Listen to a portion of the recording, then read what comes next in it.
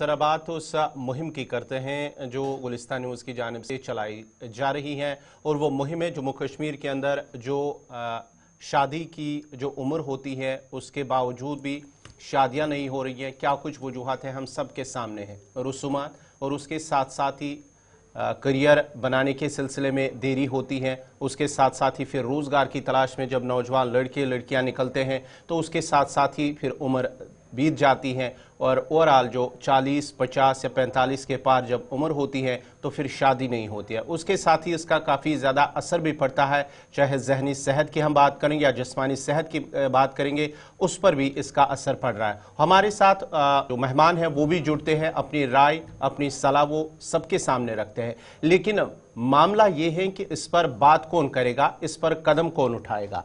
आज हमारे साथ जो मेहमान हैं वो मौलवी मोहम्मद अकरम डार साहब हमारे साथ जुड़ चुके हैं। इमाम मरकज़ी जामिया मस्जिद के हैं और उसके साथ साथ ही ज़री यूनिवर्सिटी के साबिक कंट्रोलर भी हैं।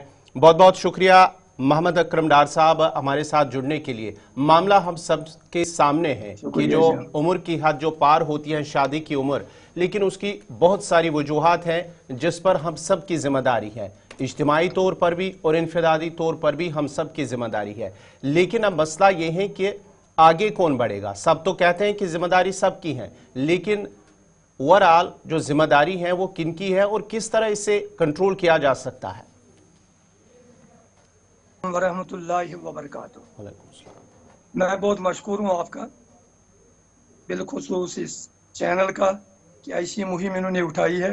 इससे पहले भी वो जो एक मुहिम थी ड्रग्स के सिलसिले में, उसमें भी मैं बहुत मुतासिर हुआ।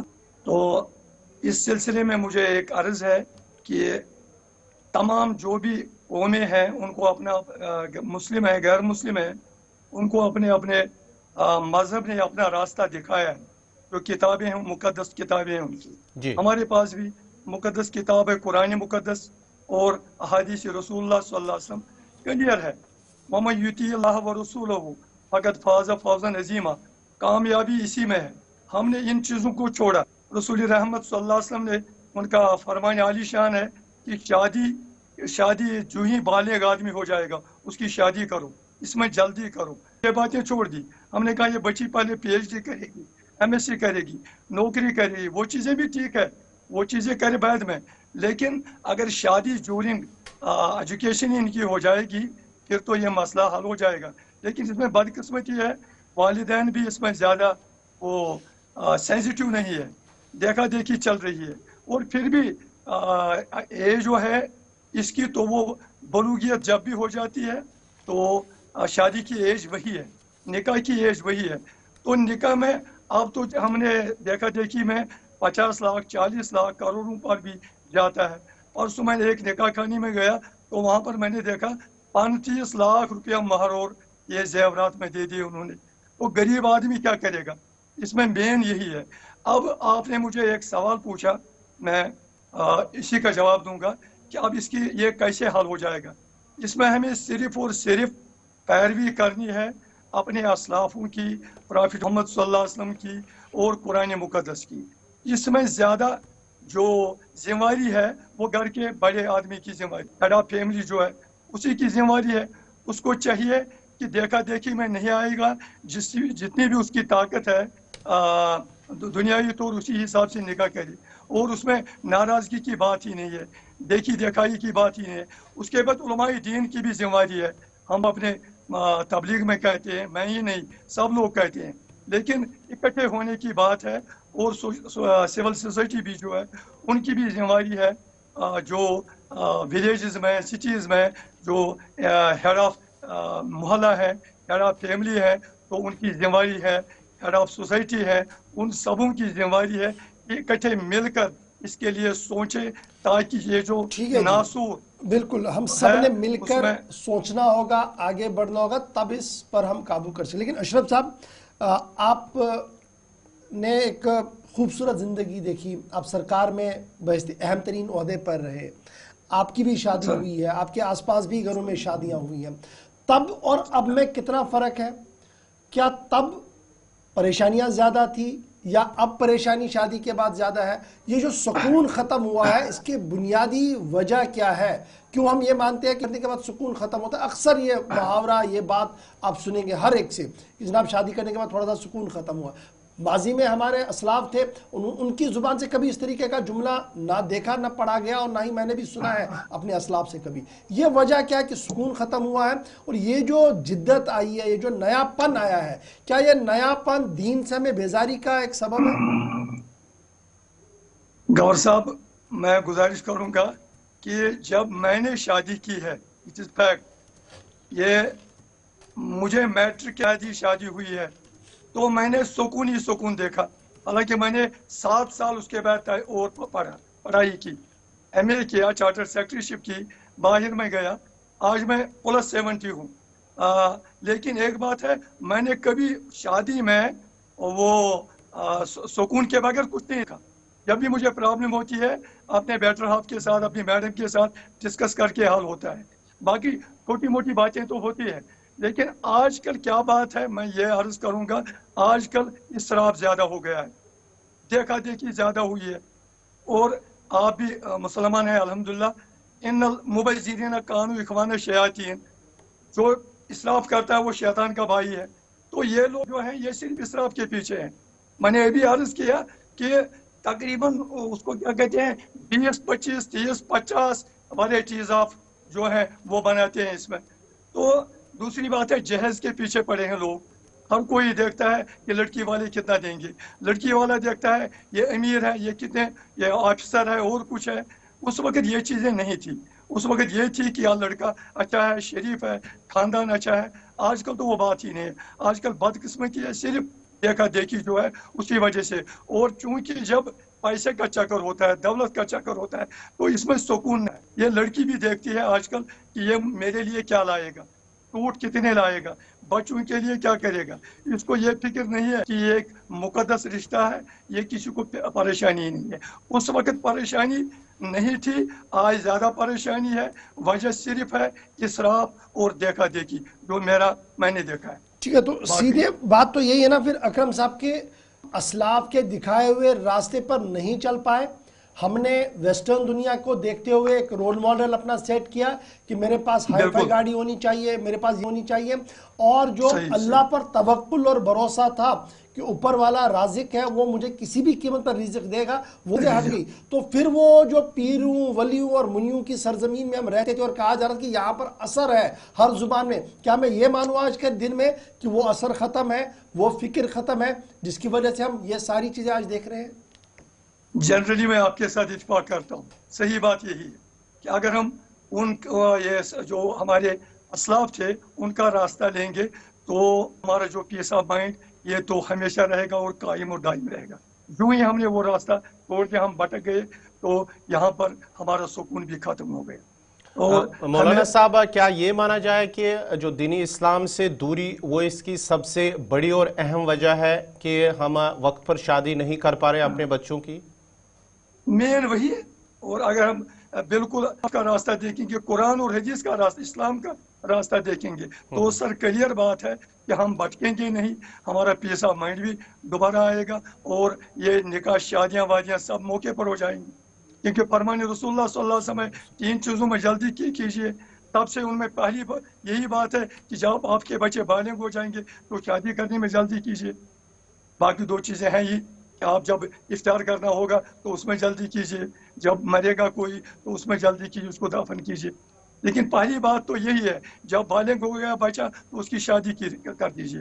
اگر اسی وقت ہم شادی کریں گے، اسلاف کا راستہ پکڑیں گے، اسلام کے مطابق چلیں گے تو کوئی پرابلم نہیں ہے سر۔ تو اب اگر آج اس نظام کو درست کرنا ہے تو سب سے پہلا قدم کیا ہونا چاہیے اکرم صاحب کہ ہم اٹھائیں جس سے ہم ایک قدم آگے بڑھے؟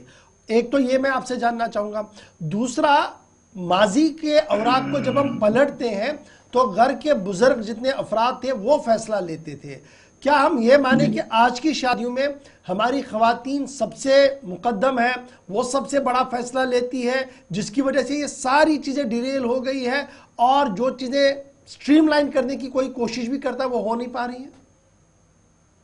اس میں مجھے سر एक बात अहम लगती है कि मोहल्ला लेवल पर हम, सिटी लेवल पर भी वहाँ भी मोहल्ले होते हैं, तो मोहल्ले लेवल पर, अपने लेवल पर, खानदान जो हमारा है उस लेवल पर हम इकट्ठे हो जाएं और एक फैसला लें जिससे खुदा भी हमें राज़ी हो जाएगा और रसूल सल्लल्लाहु अलैहि वसल्लम की शफाअत भी नसीब होगी कि हम एक बात, और खुद भी हम बच जाएंगे। और दूसरी बात है इस्लाम की, उसके बगैर ये सोसाइटी भी बच जाएगी। हम एक फैसला लेंगे कि आज से हम फजूल खर्ची नहीं करेंगे, आज से हम जो बच्चों के लिए हमें करना है हम इस्लाम के मुताबिक करेंगे, असलाफ के मुताबिक करेंगे। इकट्ठे हमें होना है। अगर इकट्ठे हम नहीं हो गए, अपने लेवल पर मैं नहीं कर सकता हूँ। अगर मैं अपने घर में सुधार करूँगा वो ठीक है, लेकिन उसमें वो मुश्किल हो जाएगा। It is better at society level we will come together. मोहल्ला लेवल पर हम एक, जब हम मेरा मोहल्ला ठीक हो जाएगा तो आपके पास में एक नमूना पेश करूंगा कि मेरे महल्ले में अब ये हो रहा है कि अब 4 ही आदमी आ रहे हैं। तो मोहल्ला कमेटी के सरबराहान हैं, एक वो जो हमारे मस्जिदों के मेंबर और मेहराब के जामिन हैं, वो दोनों पर सबसे बड़ी जिम्मेदारी है आज के दिन में कि उन्होंने एक कदम आगे बढ़ाना है, तब जाकर इस मसले को हम कहीं आगे रोक पाएंगे।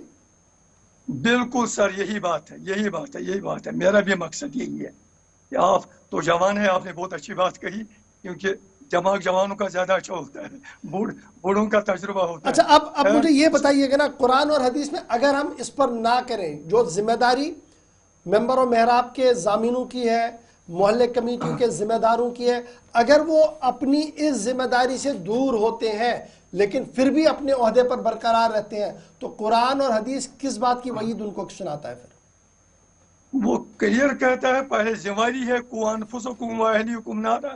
एक तो हमें अपने आप को बचाना है आग से, दूसरे अपने अयाल को बचाना है। जो इमाम होता है ये मोहल्ले का इमाम होता है। मैं पुलवामा का इमाम हूँ, मुझे ड्यूटी है पुलवामा की, तो घर का जो हेड है उसको घर की जिम्मेदारी है। कुलको राइम कुलकुन, ये जो एक वो होता है, जिम्मेवार होता है, अल्लाह के नज़दीक वो जिम्मेवार है, दुनिया में भी वो जिम्मेवार है, इंतजामिया भी इसमें जिम्मेवार है। ऐसी बात नहीं है, सब जिम्मेवार है, क्योंकि वो किसी जगह गलत काम होते देखेंगे तो उनको भी कदम उठाना है। लेकिन जिम्मेवारी मेन है कि एक इमाम, मोहल्ला कमेटी और जिस घर में ये शादी होगी उसको कहेंगे भाई आप इस तरह चेंज हो जाओ। अगर हम नहीं करेंगे तो वही यही है, तो जहन्नम में जाना है, दुनिया में भी अजाब होगा और आखिरत का भी अजाब होगा। अच्छा जी, कुछ लोगों का ये भी मानना है मौलाना साहब कि हम अपनी ख़वातीन को, अपने वालिदैन को ये बावर कराने में कामयाब नहीं हो रहे कि जो जिस तरीके से आप शादी चाह रहे हैं, जो लेविश आप चाहते हैं, जो बड़ापन आप दिखाना चाहते हैं, ये तो हो सकता है, हमारे पास अल्लाह ने इतनी वुसअत दी है, लेकिन मेरे आसपास जो रहने वाले हैं ये उनके लिए मुसीबत बनेगी। हम कह रहे हैं कि अल्लाह ने मुझे पैसा दिया, मैं तो खर्चूंगा, लेकिन शायद इस बात की ओर तवज्जो नहीं दिला पा रहे हैं हम अपने बहन को, अपनी बेटी को, अपनी माँ को, अपनी बहू को, कि जनाब अगर मैंने ये किया हम तो कर पाएंगे, लेकिन मेरे आसपास जो लोग हैं वो इसका शिकार हो जाएंगे, वो डिप्रेशन में चले जाएंगे और उनके लिए एक नई बिद्दत खड़ी हो जाएगी। क्या ये तालीम तरबियत का जो सिलसिला है ये अपनी घर में भी हमें देना पड़ेगा, अपने बुजुर्गों के साथ इस पर गुफ्तगू करनी पड़ेगी? पहले सर तो घर में ही करना है, चैरिटी बिगनेस एट होम, तो पहले हमें घर से ही करना है। मुझे अपने मिसेस, बेटे को मुतमईन करना है कि भाई जो हमारा आसपास है ये बहुत मुश्किल है, मैं तो हर रोज़ खाता हूँ, मुझे ज़्यादा ख्याल उनका ये रखना है। इस्लाम भी कहता है, रसूल रहमत सल्लल्लाहु अलैहि वसल्लम का फरमान है, जब हम मीठी चीज़ खाएंगे तो अपने हमसाए को दे दो। अगर उनके पास पैसा नहीं है, वो कर्ज करते हैं बेचारी, बैतुल माल में जाते हैं कि हमें लड़की की शादी है, तो फिर वो भी चाहते हैं कि नहीं हमारा भी देखा देखी में हमारी शादी भी बड़ी आलीशान तरीके हो। मुझे अपने घर में भी ये करना है कि मुझे रुकावट करनी है। चलिए, बहुत बहुत शुक्रिया मौलवी साहब आपका। ये थे मरकजी जामिया मस्जिद पुलवामा के इमाम खाई जो बात कर रहे थे, जिनका मानना है कि अब जो मौलवियों की जो उलमा है या लोकल में जो कमेटियां हैं मोहल्ले की, उनकी ज़िम्मेदारी बनती है, और उसके साथ साथ ही जो उलमा है या मौलवी साहब हैं वहाँ पर मकामी, उनकी भी एक ज़िम्मेदारी बनती है, और साथ ही साथ वालिदैन की भी ज़िम्मेदारी है कि उन सब चीज़ों को रोकने वो अपनी ज़िम्मेदारी निभाए, पहल करे, ताकि ये जो जम्मू कश्मीर के अंदर जो शादियों का मामला है, क्योंकि जिनकी उम्र पार हो जाती है वो शादी पर जो वक्त पर शादी हो जाए।